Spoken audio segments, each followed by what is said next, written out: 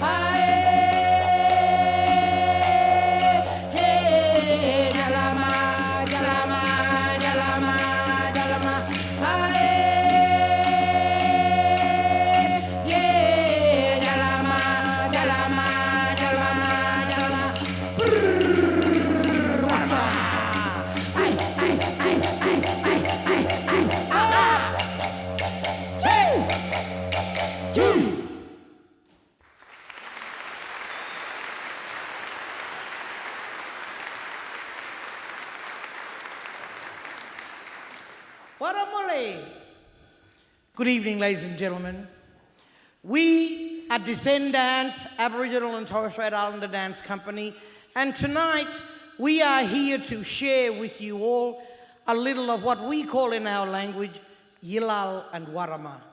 And Yilal and Warama means some song and dance. The dances that you will see this evening come from the northern regions of Australia, where Queensland comes to a tip like this. A place known as Cape York Peninsula, our tribal homes.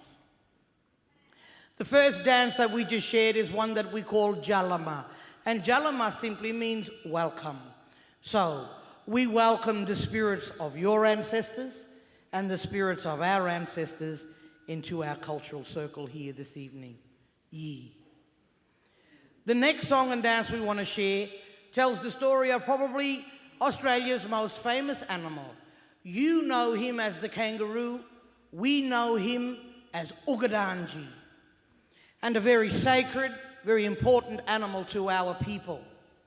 The meat we share, the fur of Ugadanji is used to keep us warm in the colder months of the year. The bones are used by men to make tools and weapons, and the sinew in Ugadanji's tail is strong and tough, so we use this as a natural string. Nothing goes to waste. This dance, we call them Ugadanji, kangaroo dance.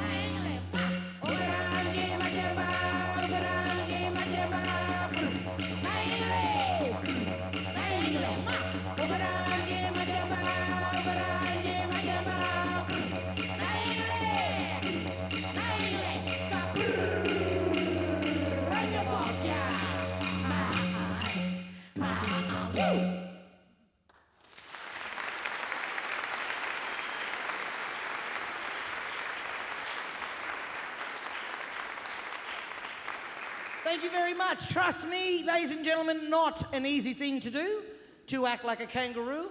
And it's taken our people thousands of years of existence in this country to get it right, yeah? All right, this next Yilal and Wanama we want to share is one we call Jirigi Jai Jaru. Can you say that? Follow me. Jirigi Jai Jaru. And Jirigi Jai Jaru is a massive, big, jaw-breaking word for a tiny little bird. And I imagine you have them all around your beautiful campus here. He is the willy wagtail, a little black and white bird that stands this high. Up in the rainforests of North Queensland, where we come from, Jirigi was once a big warrior, and he was undefeated in battle. And so one time during warfare, his enemies conspired to murder him. So to save himself, he turned himself into the willy wagtail. And if you're familiar with Jirigi, he has a tail feather that moves on him like this, yeah? Sometimes that tail feather moves really, really slow. Sometimes it moves really, really fast. In our dream time, we believe that tail feather is the shield of Jirigi the warrior. And as it moves backwards, forwards, fast and slow, it's helping to protect him from all of the enemy spears that are being thrown. This dance, we call them Jirigi Jai Jaru, willy wagtail dance.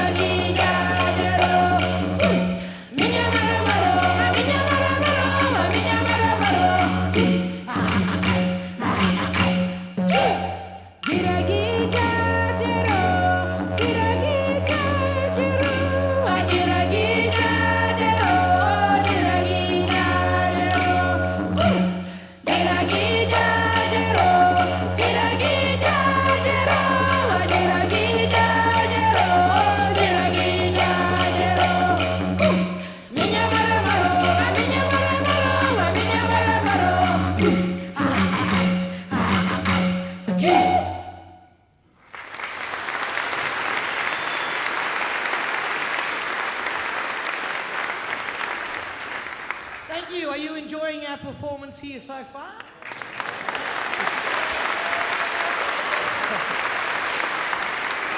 Thank you, because now it's come to the part of our performance where it's going to get a little bit interactive. We're going to invite you up here to join us. And this next dance that we want to share tells the story of probably our country's biggest bird. He is a cousin to the ostrich over there in Africa and a brother to Kendajah the cassowary up in the rainforest. He is obviously the emu. And again, ladies and gentlemen, very, very sacred animal. The meat we eat and the feathers of Ngampi the emu is used in our traditional costumes and our traditional regalia. This dance, we call them Ngampi. So please take note, because after this, we're going to invite some of you to come up here and join us, yeah?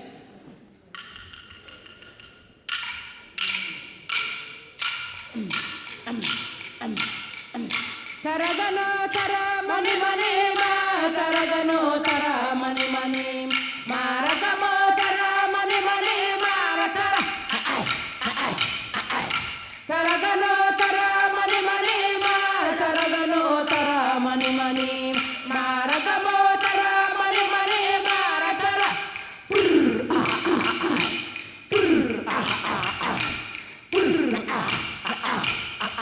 and then chica. Very, very easy, very, very simple. Now, any of you brothers and sisters out there want to come up and join us? Any of you brothers and sisters want to come and join us? Don't be ashamed, be game. This is about caring and sharing and learning, yeah? Jalan Mayundo, kadang. Yes? Come, welcome, come. This is about sharing, learning. Yes, welcome. Jalamayundu, welcome. Welcome. Yes. Thank you. Okay, ladies and gentlemen, one thing I will tell you about Ngumpy the emu, he is a very, very proud bird. So he struts around Australia like he owns the place, okay? So his head is always held nice and high. Yep. And then he struts around and he feeds himself on the ground. Yep. He likes to prune himself because he likes to make himself look sexy and good looking for his partner. Yep. Okay, so you think they got it? All right, so we got a bit of a beat happening here. We got a beat happening, boys. And the rest of you?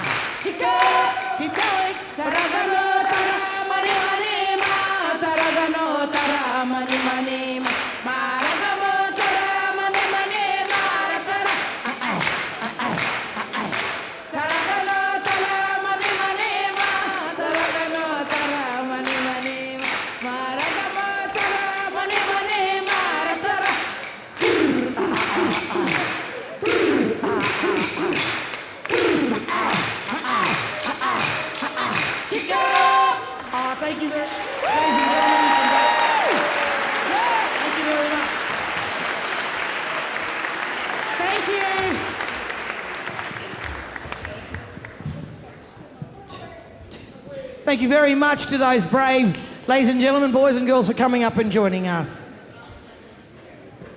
We only have a few more songs and dances left for you this evening. And this next one we want to share is one we call Warama. Can you say that? What am I doing here? Yeah. And if you had been observant tonight, ladies and gentlemen, you may have noticed how the women's style of dancing is all very, very different to the men. Did you notice that? Good. In my language, the women's style of dancing, we call this ngalpa. But the men's style tells an interesting story. Up in the rainforest of North Queensland, where we come from, we have thousands of species of beautiful butterflies. And the men's style of dancing is the imitation of the butterfly's wings.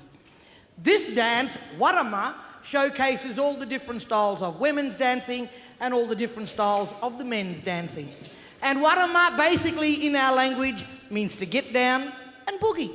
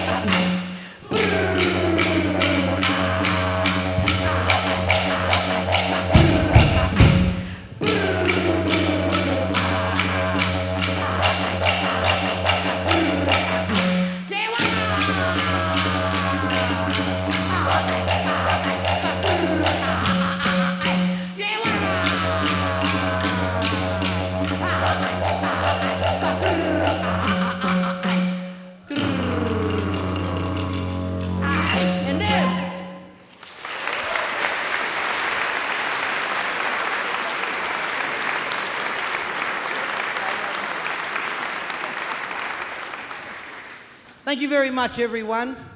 We have come to the end of our performance here this evening. But before we leave you, we want to leave you with a thought. As me and my family have been up here entertaining you tonight, you may have seen how for thousands of years, my people in this country, we sit, we look, we listen, and we mimic our surroundings. And you only got to turn on your mobile phones in the mornings to see stories from around the globe. that should be telling all of us. Mucham Jabu Yundu, Mother Earth is fighting back. And it's about time that all cultures in this world, we start coming together now and we start helping her to heal. Ladies and gentlemen, we certainly hope that you've enjoyed our performance this evening, but most importantly, we hope that you've learnt something. Because after all, our home Australia now is very much a multicultural society. And it's so very, very important that we start teaching future leaders like yourselves to respect each other's culture, respect each other's beliefs, look after and respect Mother Earth, and most importantly, respect each other.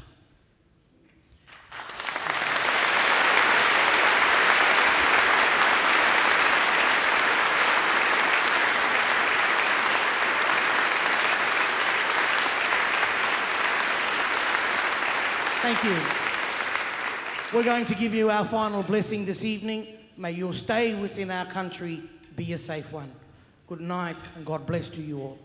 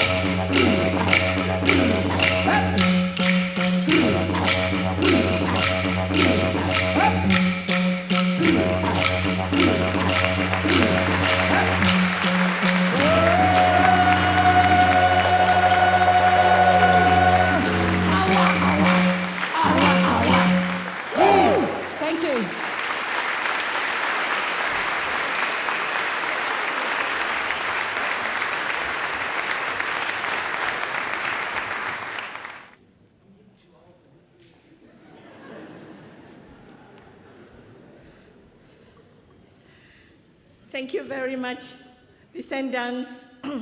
She said she was getting too old, and I assured her that she wasn't getting too old to dance.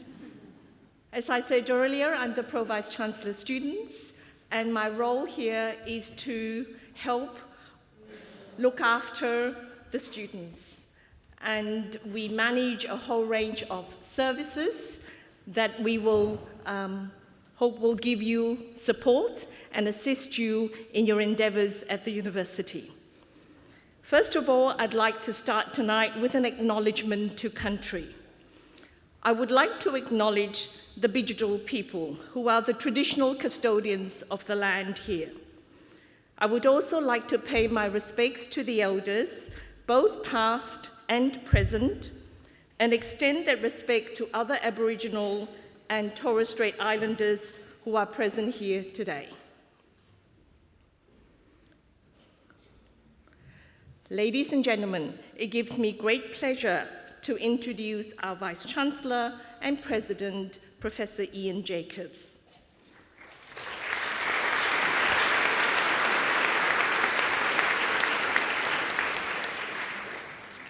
Professor Jacobs commenced his appointment here with the university in February 2015.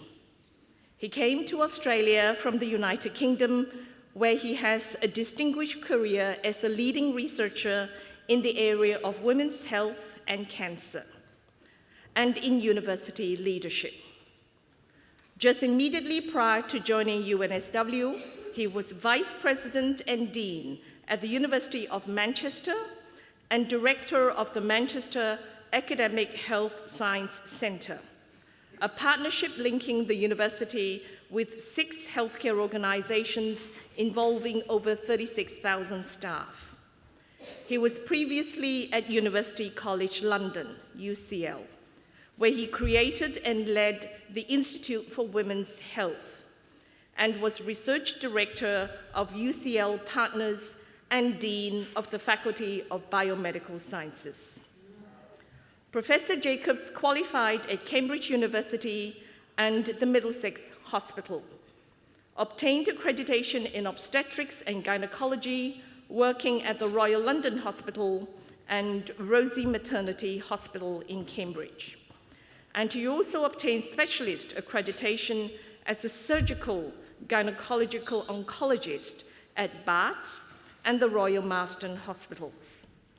He was head of Department of Gynecological Oncology and then Obstetrics and Gynecology at Queen Mary, University of London from 1996 to 2004. And then, of course, went on to create and direct the UCL Institute for Women's Health. Ladies and gentlemen, please welcome Professor Ian Jacobs.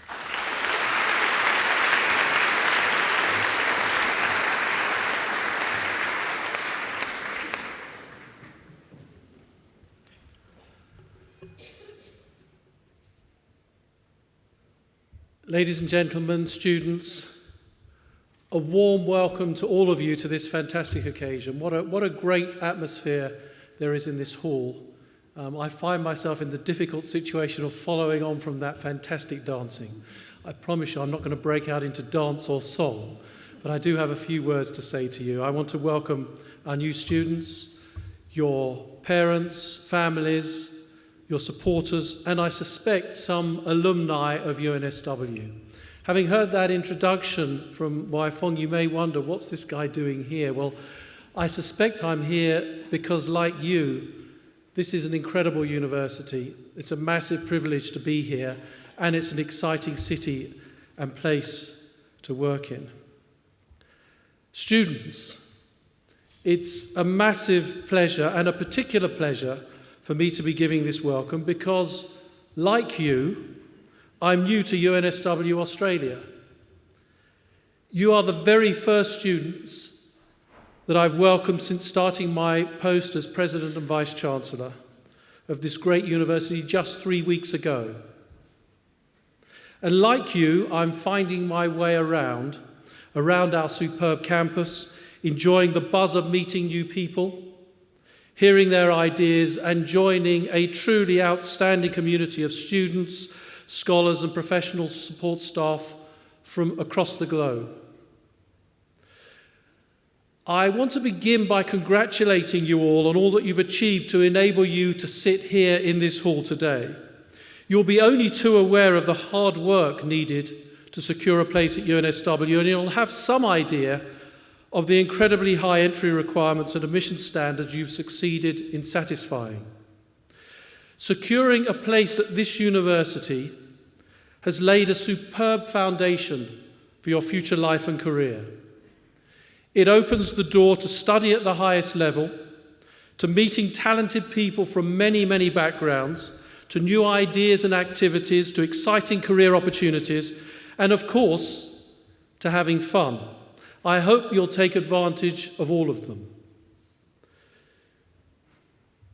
Not all of you will be aware that UNSW is in the top 100 of the world's universities. Top 100 of over 30,000 universities worldwide. That's quite some achievement, particularly for a university that was formally created just 66 years ago. That ranking is based on some stellar achievements. In research terms, the stats to roll out are truly impressive.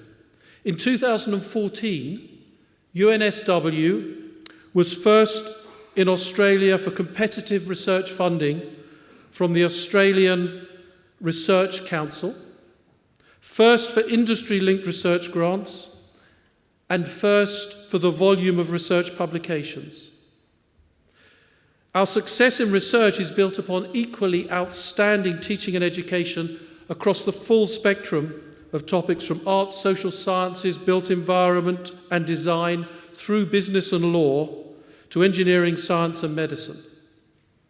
The quality of education is reflected in what the alumni of our university go on to achieve through their academic achievement and practical application. And I was fascinated to discover that, parents, wait for this, UNSW is first in Australia for the number of chief executives running top 100 companies, and is first in Australia for the number of university alumni who have become millionaires. First in Australia and 33rd in the world. Importantly, they stand alongside brilliant scientists and creative geniuses whose ideas and discoveries really do change the world. So students, no pressure there then. Parents, family and supporters. I have 3 children who have been or still are at university. So I have some direct understanding of what you'll be feeling today. I imagine that this will be both a happy and an emotional time for you as your son or daughter moves on to the next stage in their lives, a time when you reflect on memories and hopes for the future. I can assure you that everything our staff at UNSW do is designed to provide a top quality higher education with exciting opportunities for study and recreation in a safe, carefully considered environment. We share your wish that your children have a happy, fulfilling time at UNSW and go from here well equipped for a rounded, successful life and career, regardless of whether they become millionaires.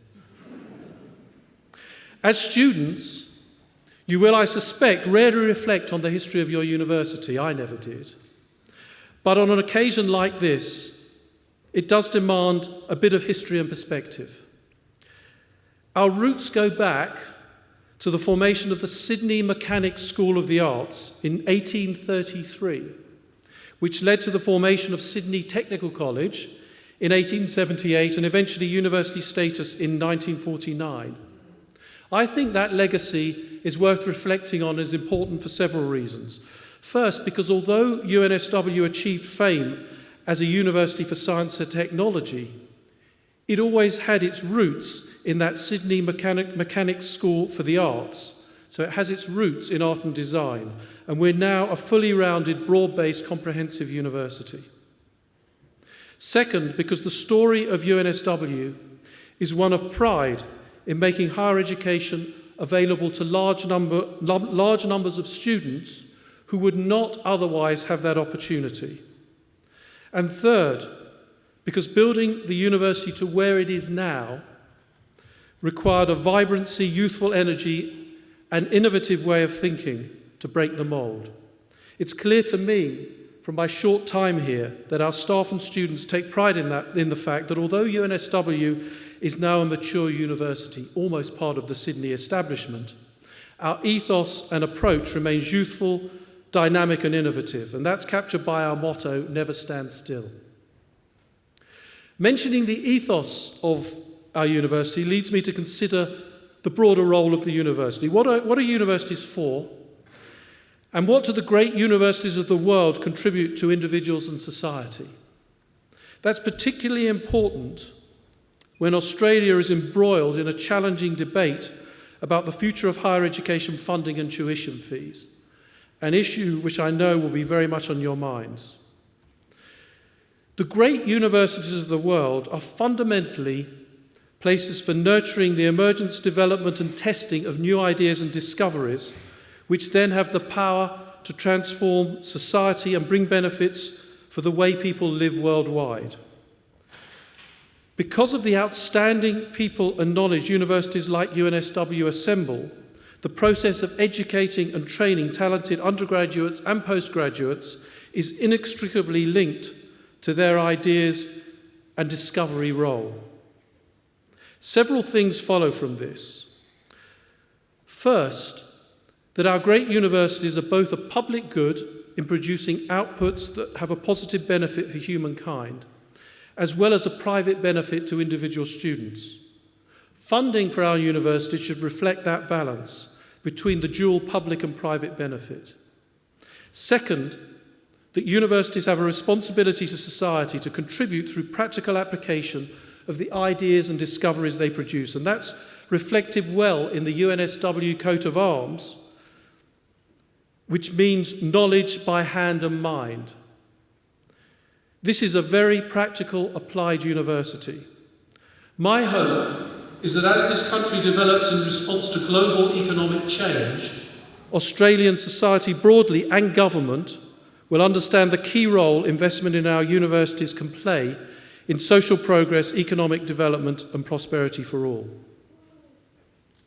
Third, and most importantly, it means that each of us who benefit from a university education of the quality UNSW can provide carry with us a responsibility to act for the greater good of society.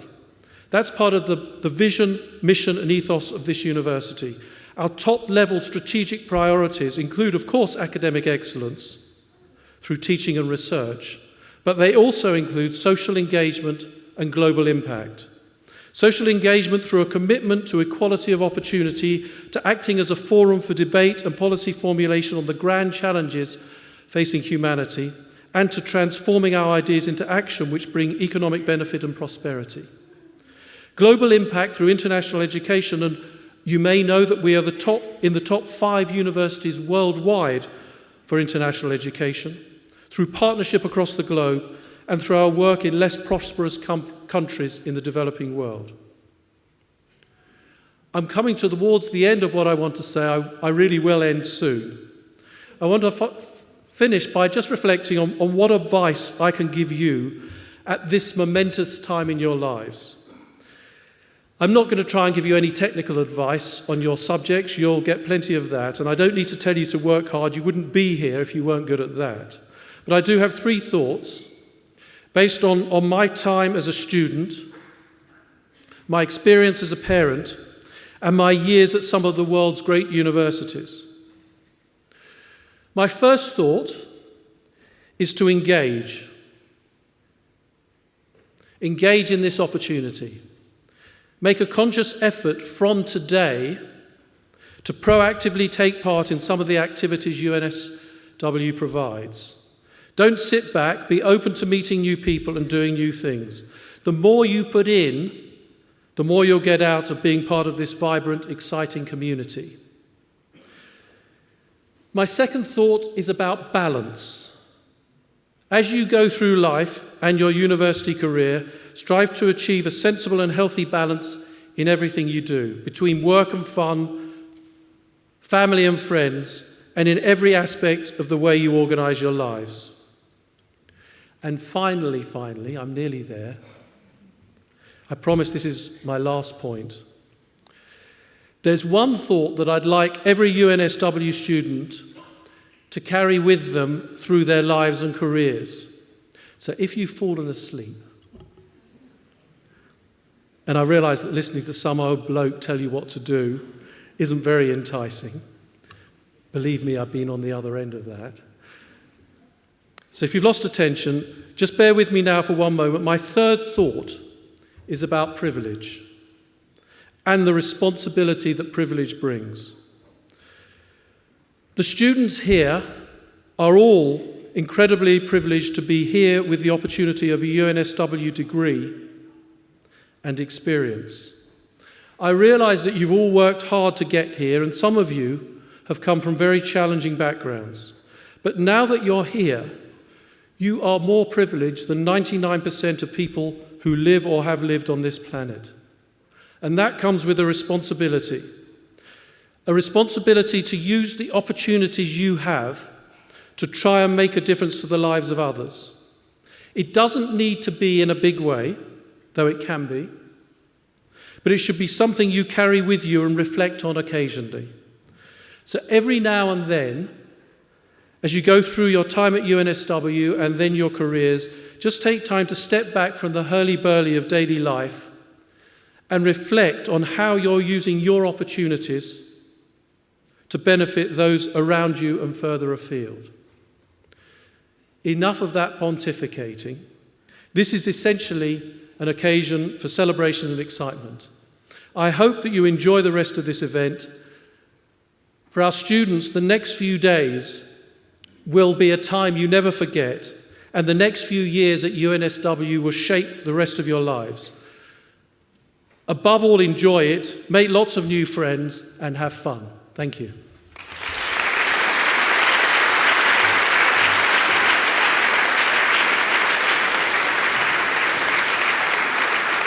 Thank you very much, Lee.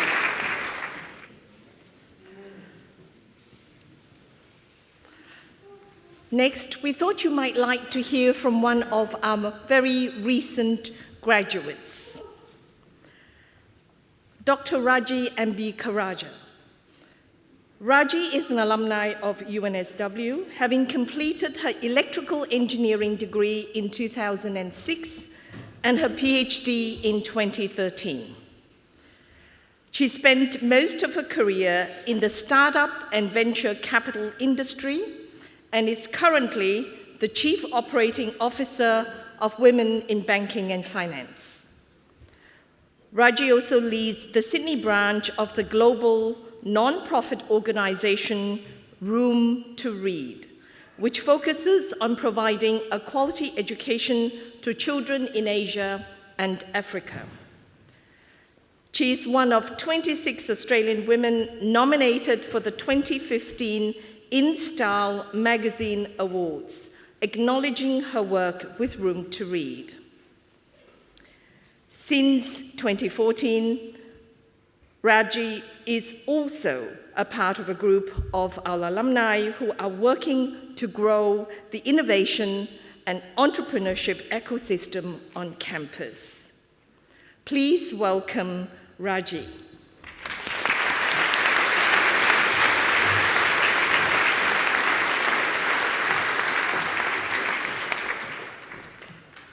Thank you, Professor Chua.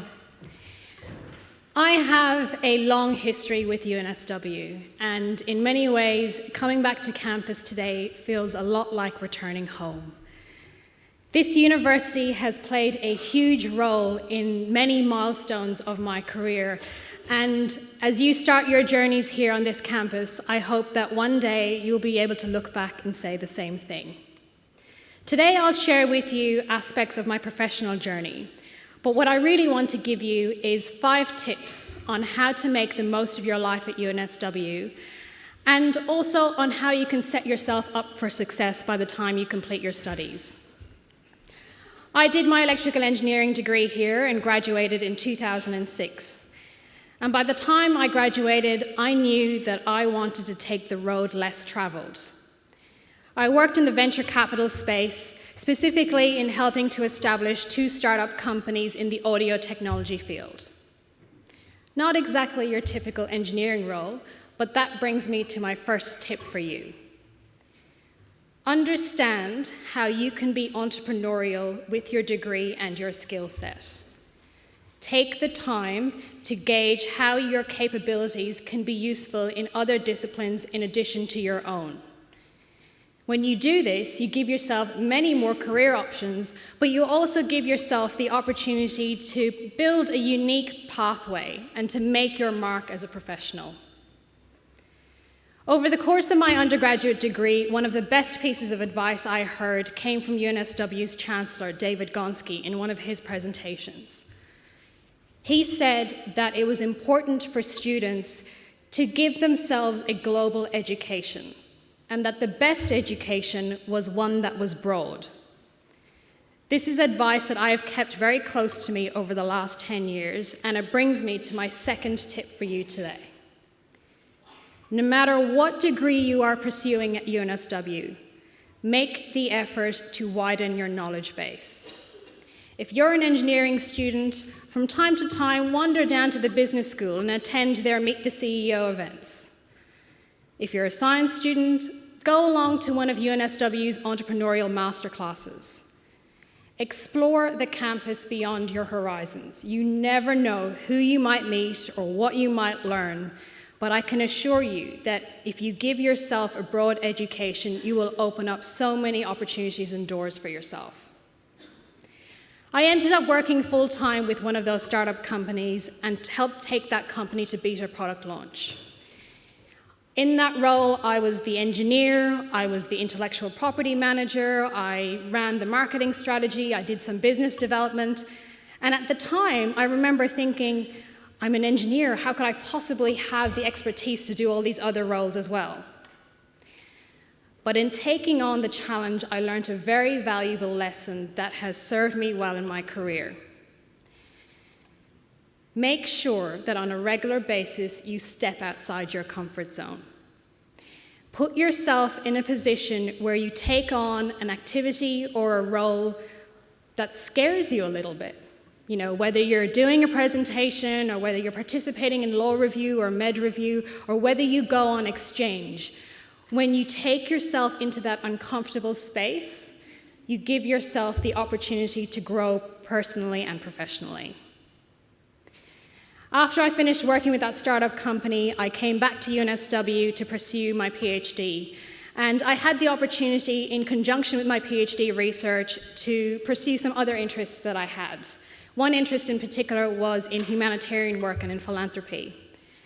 I joined the Sydney chapter of a global non-profit organisation called Room to Read, which focuses on providing children across Asia and Africa with access to a quality education. I now lead the Sydney chapter, and I have grown it such that it is now the biggest chapter in the world in terms of its volunteer base, and it's the third largest fundraising chapter globally.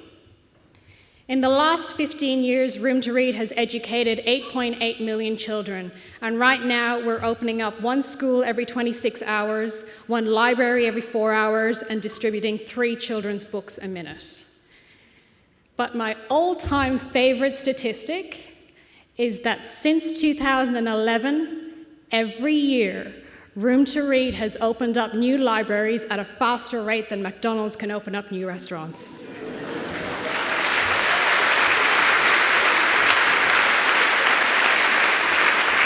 Thank you.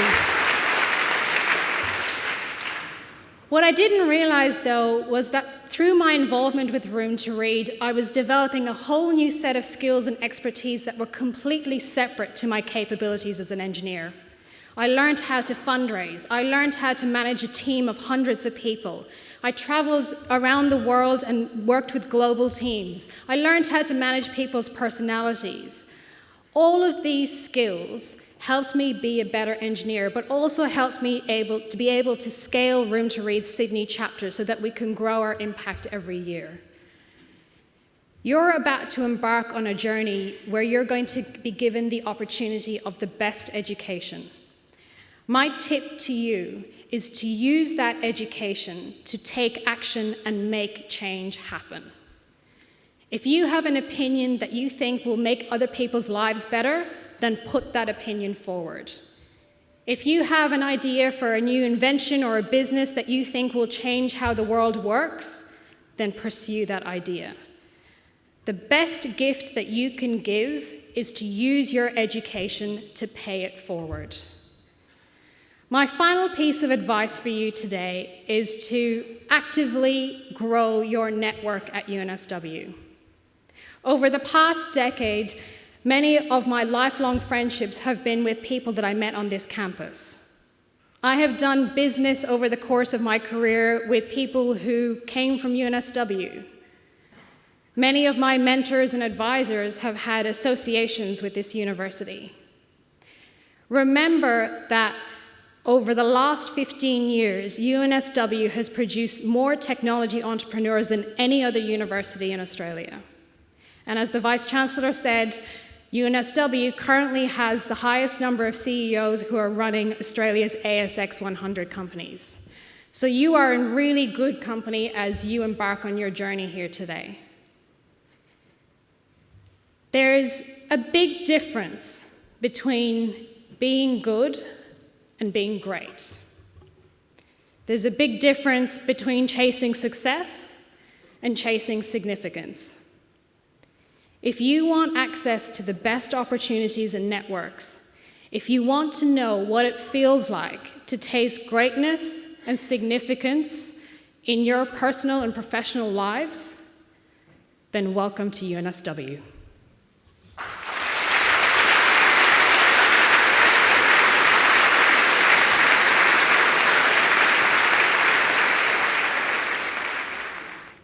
Well, one wants to be a proud parent with a graduate like Raji. As a university, we are so proud of the outstanding work and performance of our alumni. And where possible, we hope to be able to share and spread their achievements with you. As I said earlier, Raji has been nominated in the Charity and Community section of the In Style magazine Women of Style Awards. Please vote for Raji. We have to support one another at instylemag.com.au. It's a family affair, always at UNSW. And to introduce more members of our student community and part of the family at UNSW, I'd like you to meet two of our outstanding students. Ben Hinnan is the chair of the board of ARC.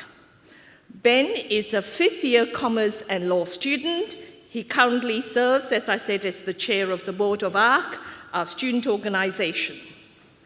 He has been heavily involved in the Law Society, the United Nations Society, and the Rowing Club here at uni.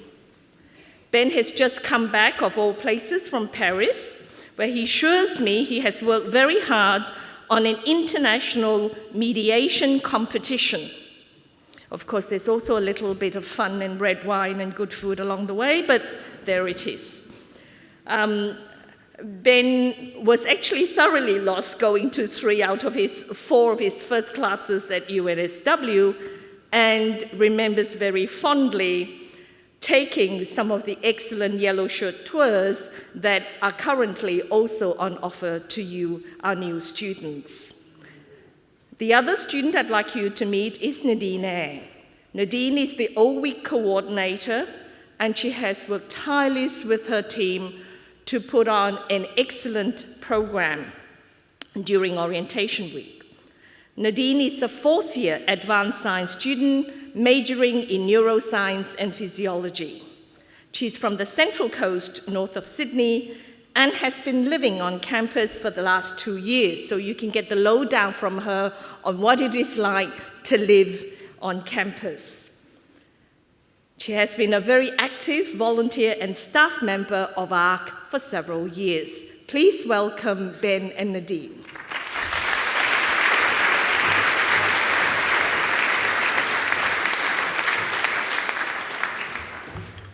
Thank you very much, Fong.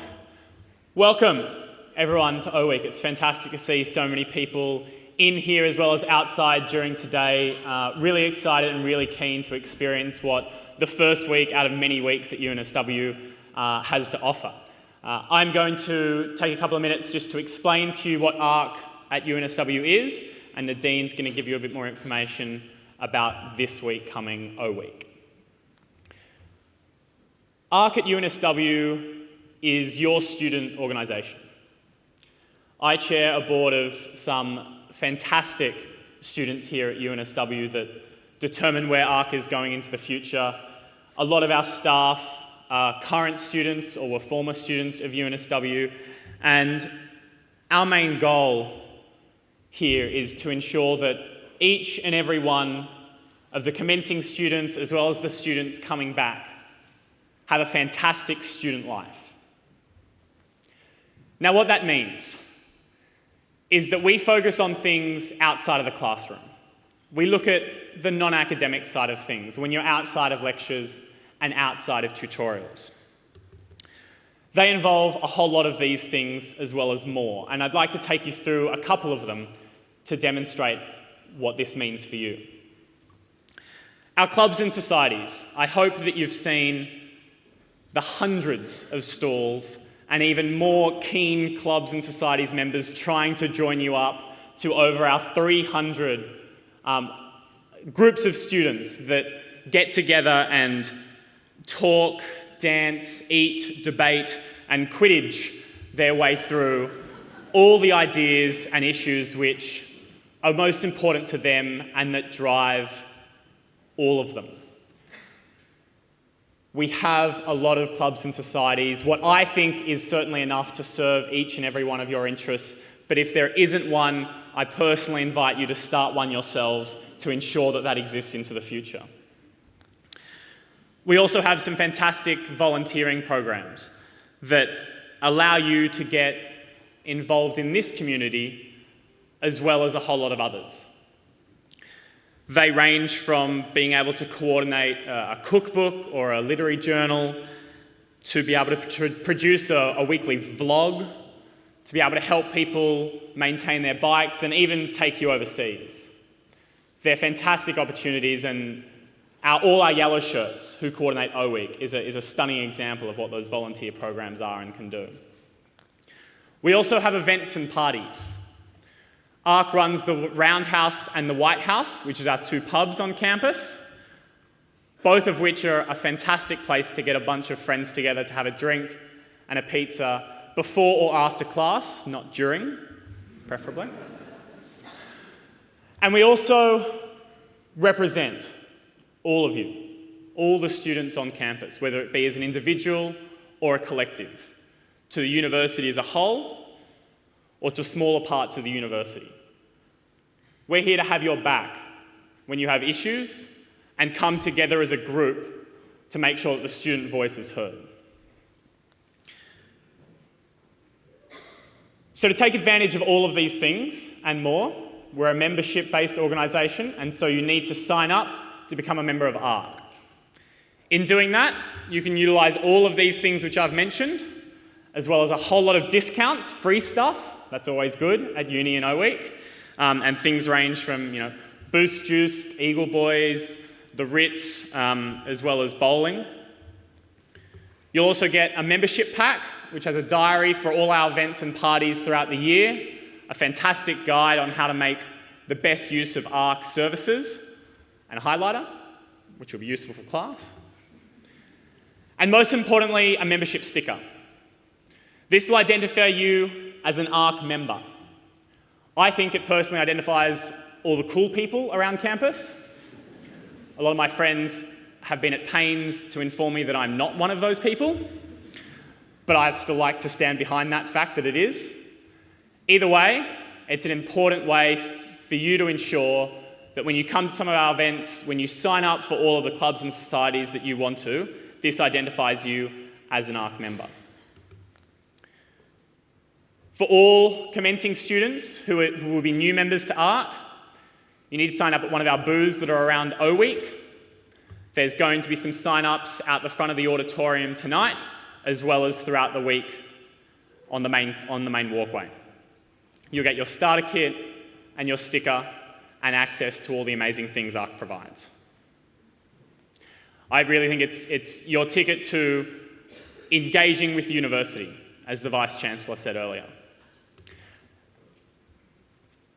And for all of those alumni and UNSW staff and ARC staff here that haven't quite engaged with the university yet, we also have associate membership for you guys to jump onto. So I'll hand over to Nadine to give you a couple of comments on O Week. Thanks, Nadine.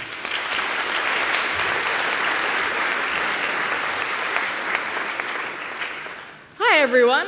Like Professor Fong said before, my name is Nadine and I'm an ARC at UNSW Yellow Shirt and the Orientation Week Coordinator for 2015.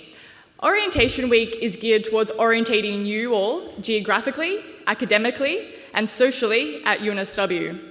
Geographically, we provide campus tours and timetable tours that run every day. Academically, we provide workshops that cover potential career paths and research paths at UNSW that are very entertaining and informative.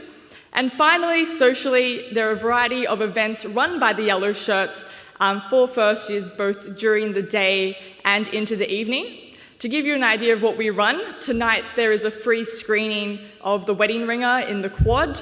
Tuesday is our comedy night, headlined by Ronnie Chang.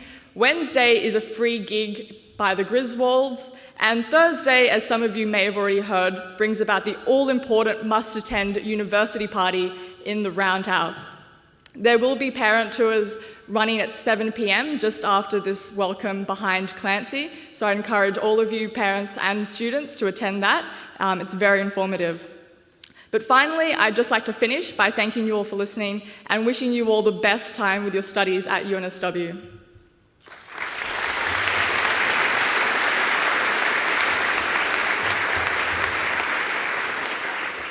I'd just like to finish by saying something that I think has been reiterated by a lot of the speakers this evening is to get the most out of your time at UNSW, you really need to get involved in all aspects of it. Regardless of how you do it, take it upon yourself from day one to try out everything and work out what's going to be best for you and engage in those things from day one. Please feel free to have a chat to Nadine or I or any of the other yellow shirts or people wearing black shirts out the front of ways you can do that and ways you'd like to see available to the future. Thank you very much.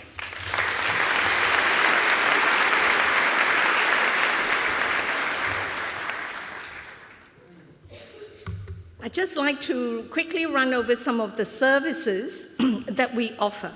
And the main thing I want you to remember is that we are here to help you. And there are a whole range of services starting right now with what we call Getting Started. And I hope many of you have already been to the library to organize your ID, your IT access, and various cards. After the period of Getting Started finish, this whole set of people will continue to be there in the library because that level 2 is actually what we call our help zone. And it will always be there if you have questions around some of the basic cards and access issues that you may like to ask questions about. Much more generally, and you'll find this information also available in some of the stores that will be outside the auditorium, we have a range of services to assist students. For well-being and safety and health matters, we have counseling support. We also have various tutorials to enable you to maintain your balance. As the Vice-Chancellor has said, it is very important that we have a healthy approach to the many issues and challenges that we face. There are also, as folks will explain, a whole variety of volunteering programs and various other what we might call professional development programs. There is a wonderful language exchange program where we put together students who would like different languages. So if you are a Greek student and you'd like to learn Mandarin, we pair you up with students who are interested in learning Greek. And it's kind of like a big kind of matchmaking exercise, except it's all about languages. And we take no credit for any marriages that follow. And of course, there is also the Learning Center, which assists if you've got support that you'd like around language. So going forward, there is always Student Central, which is on the east side of the library lawn. It provides advice and support to do with all the essential university issues around enrollment, sort of getting organized your transcript, and of course, eventually graduation. The Hub is also a place which we provide support for students to check and assist with a range of co-curricular activities. Finally, and of course, not forgetting the wonderful parents and supporters of all our students, we have started a range of activities, including just a guide for parents to enable you to assist with your children now that they have left school and are at university. So that hopefully is enough information for you this evening. I do want to thank so many of you for coming and to thank our wonderful speakers, the Vice-Chancellor, Raji, and of course Ben and Nadine, our great student representatives. Thank you very much for coming. There are refreshments outside, and there are some of the stalls that will give you information. And this is the last thing I'll say, to all our friends and students and supporters, celebrating the Lunar New Year. It is still in the middle of celebrations. I'd like to wish you 恭喜发财. Thank you very much.